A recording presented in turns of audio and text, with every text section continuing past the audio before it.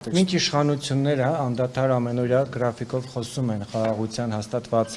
օրակարգի մասին օգոստոսի 8-ից նշելով, որ այլ իրավիճակ է, ձեր ընդդիմախոսները շարունակում են բարձրաձայնել առկա խնդիրների եւ Ադրբեջանի, ինչպես նաեւ Ալիևն դա շեշտում նկարտումների մասին, օրինակ երեք Արման Թաթոյանը նախկին մի տեսանյութ էր հրապարակել, նշելով, որ եթե ՔՊ-ին հաջողվի վերարտադրվել 2026 թվականին, ապա Ադրբեջանը կիրականացնի նաեւ իր զավթողական մեկ այլ քաղաքականություն Հայաստանի տարածքը կբնակեցնի ադրբեջանցիներով։ Պարոն Թաթոյանը դասական մանիպուլյատոր է եւ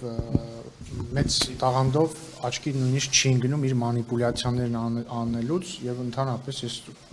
լուրջ չեմ համարում իր ասածին անդառնալ, պետք է ասեմ հետեւյալը, որ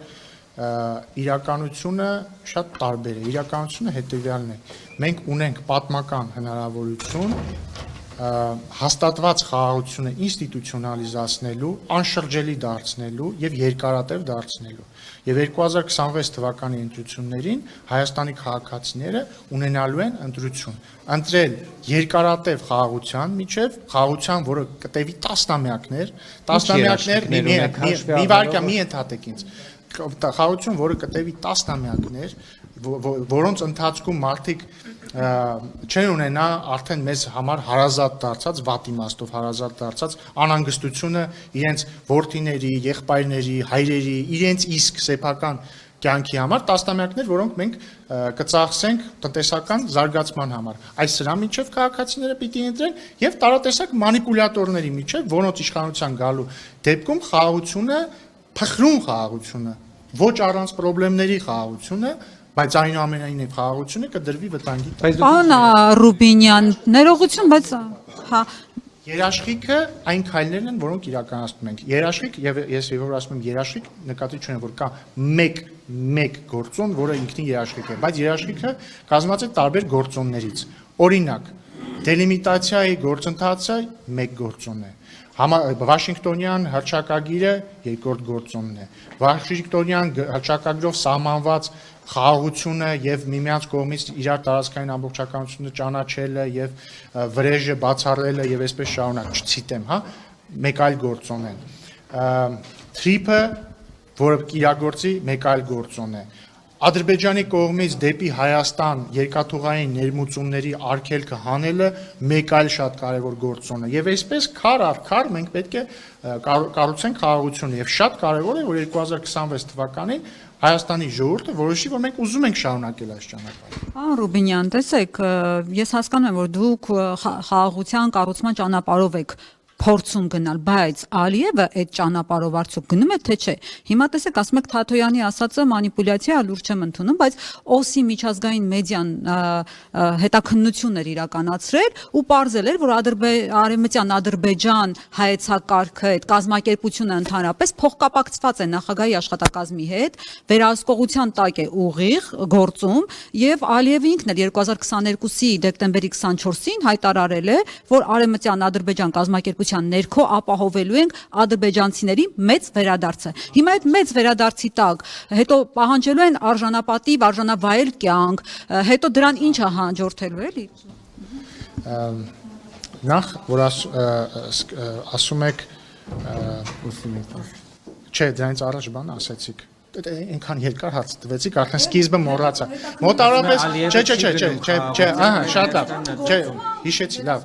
Նախ ասում եք դուք փորձում եք գնալ խաղաղության, բայց Ադրբեջանը ինչ է անում այդ խաղաղության համար, այնուամենայնիվ պետք է նշեմ, որ իրոք ղազախական եւ ռուսական ծորենի իր տարածքով տարանցման արգելքը հանելը իրոք պարոն Ֆայրադյանը փայլակ կողքից ինձ ընդհատելով ասես դե լավ է այդ մի բանը եղավ, բայց ասես դա բանով հեգնանքով, բայց այստեղ ամենևին հեգնանքի կարիք չկա, շատ լավ է, որ դա եղավ եւ դա շատ մեծ իրադարձություն է, շատ դրական իրադարձություն է։ Հաջորդը դուք իրավացիորեն նշում եք, որ ձեր չեմ ուզում կրկնել այդ տերմինը, որտեղ դա անընդունելի տերմին է, իրավացի եք, որ ժամանակին օգտագործվել է Ադրբեջանի կառավարության տարբեր ներկայացուցիչների կողմից, բայց պետք է նաև նշեմ, որ օգոստոսի 8-ից հետո այդ առումով այլ իրավիճակ է։ Այդ անընդունելի տերմինի օգտագործում ես չեմ նկատել եւ հույսով եմ, որ այդպես էլ կլինի։ Եվ կրկնում եմ, պետք չի բերել փաստարկ 2022 թվականի մասին։ պետք է բերել հաստատ 2025 թվականի օգոստոսից 8-ից հետոյի մասին։ Փաստերը չեն հերքվել, պարոն Ռուբինյան, փաստաթղթեր են մարդկանց բաժանել, անձնագրեր, բնորանը նշված է ճամբարակը, բնորանը նշված է այրումը։ Օգոստոսի 8-ից հետո չի գոյ չասը։ Լսում ինձ։ Ասում եմ օգոստոսի 8-ից հետո, եթե խոսում ենք Արևմտյան Ադրբեջան տերմինի մասին, ես նման տերմինի օգտագործում չեմ տեսել եւ շատ լավ է։ Այսինքն պնդում եք, որ քաղաքական առումով հարցը փակվել։ Ավարտեն։ Հաջորդը, եթե դուք մատնանշում եք Արման Թաթոյանի նշածը, որ այդ կազմակերպությունը ինչ որ փաստաթղթեր տվել ինչ որ մարդկանց, այդ կազմակերպությունը ինչն էր, ընդ որում ինչ որ ինքը խոսում էր ինչ որ ռոպագանդիստների մասին, ռոպագանդիստներ չէ, Civilnet-ի fact check փաստերի ստուգման հարթակը եւ FIP փաստերի ստուգման հարթակը ֆիքսել են, որ ինքը ասել էր, որ Ադրբեջանի կառավարությունն է դա տալիս, ֆիքսել են, որ կառավարությունը չէ տալիս, այդ կազմակերպությունն էր տալիս, որի գործունեությանը մենք վերաբերում ենք շատ վատ, բայց ես հիմա չեմ կարող մեկնաբանել հասարակական կազմակերպության գործողությունները այդ թվում եւ առավելապես օգոստոսի 8-ից հետո, երբ որ հստակ կառավարությունները իրենց դիրքորոշումը հայտնել են, ես ուզում եմ ձեզ հիշեցնել, որ օգոստոսի 8-ի հռչակագրի տակ սևով սպիտակին գրած է, որ կողմերը ճանաչում են միմյանց տարածքային ամբողջականությունը Արմաթայի հռչակագրի հիման վրա չունեն եւ չեն ունենալու տարածքային պահանջներ միմյանցից վրեժը մի կողմ են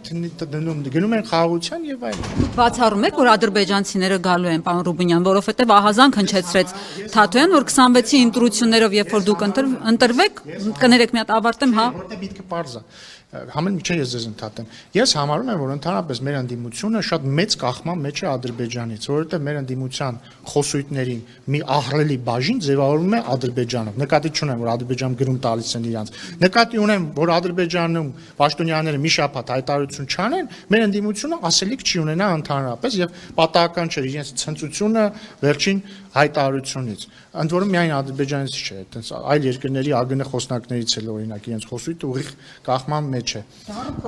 Հա, բայց ես առաջարկում եմ Կիկոսի մահով չառաջնորդվել, կրկնում եմ, եկեք առաջնորդվենք նրանով, ինչ գրված է եւ ստորագրված է։ Գրված է եւ ստորագրված է, խաղաղություն է, գրված է, ստորագրված է, կողմերը ճանաչում են միմյանց տարածքային ամբողջականությունը աներկբայորեն, գրած է եւ ստորագրված է, որ ապագայում նույնպես տարածքային պահանջներ միմյանց չեն ունենալու եւ այն մնացած հարցերը ուղղակի մանիպուլյացիայի ժանրից են։ Բացառում եք, որ Ադրբեջանը խախտել Ադրբեջանը։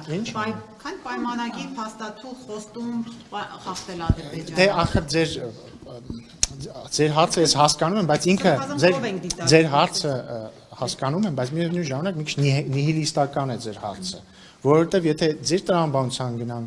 գնանք կհասնենք նրան, որ կյանքում ոչինչ հստակ չէ եւ հետեւաբար ինչ անել։ Ես էլ ասում եմ ծայրահեղ, ես էլ ձեզ ասում եմ, որ ճիշտ եք ասում եւ ծայրահեղ լավատեսություն պետք չի ցուցաբերել միայն ստորագրված փաստաթղթերի հիման վրա, բայց օրինակ լավատեսություն, երբ որ օրինակ Ադրբեջանի տարածքով երկաթուղով ապրանք է գալիս, դա մեկ քար ավելացնում է լավատեսության վրա։ Երբ որ Ղազախստանից է գալիս, երբ որ Ռուսաստանից է գալիս, եւս մեկ քար է ավելացնում այդ լավատեսության վրա, եւ մենք պետք է գնանք ոչ թե հետեւյալ տրամաբանության, որ դե ոչ մեկին չի կարող վստահել, պատրաստվենք կամ սպասենք վատագույնին, այլ հետեւյալ տրամաբանության։ Մենք ինչ կարող ենք անել, որպեսզի հաստատված խաղաղությունը դառնա ել ավելի ամրապնդված, որ